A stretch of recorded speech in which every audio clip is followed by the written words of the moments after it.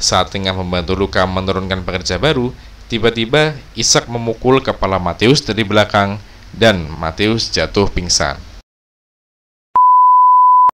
Halo guys, back to channel Film Terus. Nah, di video sebelumnya kita sudah menonton part 1 dari alur cerita film Seven Prisoners. Nah, kali ini kita akan lanjutkan bagaimana kelanjutan dari alur ceritanya ya guys. Terakhir, si Matthews dan juga Luka dihadapkan dengan datangnya para petugas inspeksi. Nah, apa yang akan Matthews lakukan? Apakah dia akan melaporkan segala sikap brutal Luka kepada mereka?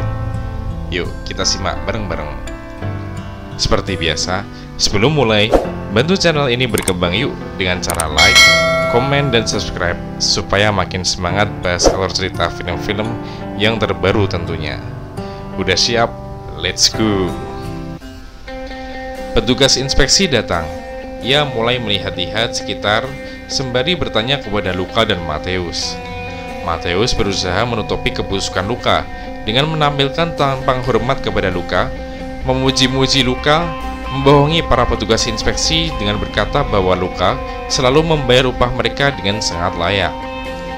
Petugas inspeksi manggut-manggut, menjelaskan bahwa perlu ada perbaikan sarana di beberapa hal. Yang terpenting, garasi dan perusahaan Luka tetap boleh berjalan. Petugas inspeksi pergi, Luka pun lega. Ia sedikit demi sedikit mulai mempercayai sosok Matthews. Malam hari, Matthews dan kawan-kawan berkumpul di tempat makan. Beberapa dari mereka bertanya mengapa Matthews tak melaporkan kejadian yang sebenarnya dan perlakuan tidak layak Luka kepada petugas inspeksi. Matthews membela diri dengan menjawab ia tidak bisa melakukannya karena Luka selalu ada di dekatnya. Ishak tetap tidak terima dengan jawaban Matthews, berkata bahwa jika ia di sana dengan petugas inspeksi, mereka pasti sudah bebas saat itu. Matthews sekali lagi berkata Ishak terlalu sok jagoan. Ia menjelaskan Luka punya banyak channel, termasuk punya orang dalam polisi yang berpihak kepadanya. Jadi, tak mudah untuk menjebak Luka atau bahkan membunuhnya. Mulai saat itu, Matthews dijadikan mandor oleh Luka. Rasa iri dan dengki mulai dirasakan oleh Ezekiel dan Ishak. Bahkan, Samuel yang awalnya sangat percaya dengan Matthews, semakin lama semakin iri dan tak percaya juga. Luka mengajak Matthews keluar dari garasi, membawanya ke sudutan kota. Ia dihadapkan pada peristiwa human trafficking, di mana para imigran ilegal maupun orang kampung sepertinya diperjualbelikan oleh Luka dan komplotannya untuk dipekerjakan secara tidak layak. Matthews membantu Luka memilih 3 imigran untuk dibawa ke garasi dijadikan sebagai pekerja. Ia juga membantu Luka menjual beberapa wanita imigran kepada mafia di sana.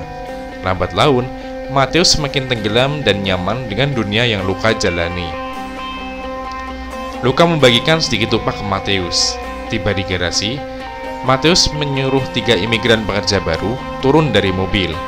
Saat tengah membantu Luka menurunkan pekerja baru, tiba-tiba Ishak memukul kepala Matthews dari belakang dan Matthews jatuh pingsan. Matthews terbangun dari pingsannya. Luka menawarkan Matthews tidur di kantornya. Ia tahu jika Matthews kembali ke ruang tidur pekerja, maka sewaktu-waktu Matthews bisa disakiti oleh teman-temannya yang sudah tidak percaya Matthews lagi. Matthews mendatangi Samuel. Ia meyakinkan Samuel bahwa ia masih sadar, berupaya untuk membebaskan mereka dari tempat tersebut. Ia menyuruh Samuel untuk tetap yakin kepadanya dan bersabar menunggu waktu yang tepat. Luka mengembalikan ponsel milik Matthews. Ia mempersilahkan Matthews menelpon keluarganya di kampung. Betapa terperanjatnya ia mendengar bahwa ibunya berterima kasih kepadanya karena dikirimi uang yang sangat banyak olehnya. Padahal selama ini Matthews tak pernah mengirimkan uang, ya karena dikekang. Sesuai telepon, Luka menjelaskan bahwa ia telah mengirimkan uang yang banyak kepada keluarga Matthews. Mulai saat itu, Matthews mulai bimbang. Keluarganya bisa jadi makmur jika ia tetap berada di sisi Luka, mendukung pekerjaan Luka. Tapi di sisi lain, ia juga ingin membebaskan teman-temannya dari kerja paksa di sana.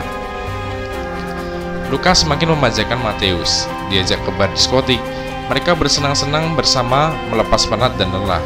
Sementara ketiga teman Mateus dan ketiga pekerja baru menderita terkurung di ruang tidur garasi seperti di penjara sebagai tahanan kriminal. Esok paginya, Luka mabuk tak sadarkan diri. Mateus memapahnya dan meletakkannya di kasur tidur. Di saat itulah, Mateus punya kesempatan untuk membunuh Luka demi teman-temannya bebas. Ia mengacungkan pistol milik Luka ke arah kepala Luka yang tengah terlelap. Agak lama ia mengacungkannya, tapi pada akhirnya ia mengurungkan niat membunuh Luka. Mateus benar-benar sudah nyaman berada di samping Luka sebagai orang kepercayaannya. Ia benar-benar sudah tenggelam di dunia yang Luka jalani. Mateus kemudian terlibat konfrontasi dengan ketiga temannya. Nampaknya ketiga teman Mateus benar-benar sudah tak mempercayai Mateus lagi.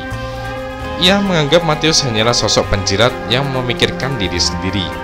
Mateus tak menggubris mereka dan menyuruh mereka untuk siap-siap bekerja lagi. Luka mengajak Mateus mengunjungi pesta ulang tahun atasannya yang ternyata adalah calon wali kota. Sang calon wali kota memiliki channel dan bawahan di dunia bawah termasuk Luka. Luka mendapatkan promosi untuk mengelola bisnis atasannya dan menyuruhnya meninggalkan garasi. Tempatnya di garasi akan digantikan oleh bawahannya yang lain. Luka juga mengajak Mateus mengunjungi ibu dan saudara-saudaranya. Sang ibu menceritakan bahwa Luka sangat mirip dengan Mateus, dan Luka pun mengiyakannya. Hal itu jadi salah satu alasan Luka begitu nyaman dengan Mateus dan menjadikannya bawahan kepercayaannya karena alasan kesamaan. Di perjalanan, Luka menawari Mateus untuk pindah meninggalkan garasi untuk ikut dengannya mengelola bisnis baru. Ia mengiming-imingi penghidupan yang layak apabila Mateus setuju ikut dengannya. Mateus yang seakan sudah tak peduli temannya berpikir untuk menerima tawaran Luka. Singkat cerita, saat tengah bekerja, Samuel berusaha untuk kabur. Namun Mateus berhasil menghadangnya dan menghentikannya. Keenam pekerja berhasil dibawa kembali ke dalam garasi. Pengganti Luka mengira ada 7 pekerja yang mencoba kabur. Namun Luka mengkoreksi hanya 6 pekerja saja. Tentu saja yang satu lagi, yaitu Mateus, tak kabur karena sangat loyal dengan Luka. Hari itu Luka membawa semua perlengkapannya dan memasukkannya ke dalam mobil. Luka bersiap meninggalkan garasi menuju tempat bisnis yang baru. Mateus ternyata juga memasuki mobil, tanda bahwa ia juga setuju mengikuti Luka sekaligus meninggalkan semua teman-temannya di garasi. Tentunya, teman-temannya akan terjebak kerja paksa selamanya di sana. Mateus tak peduli lagi dan memilih sisi Luka karena hidupnya yang enak.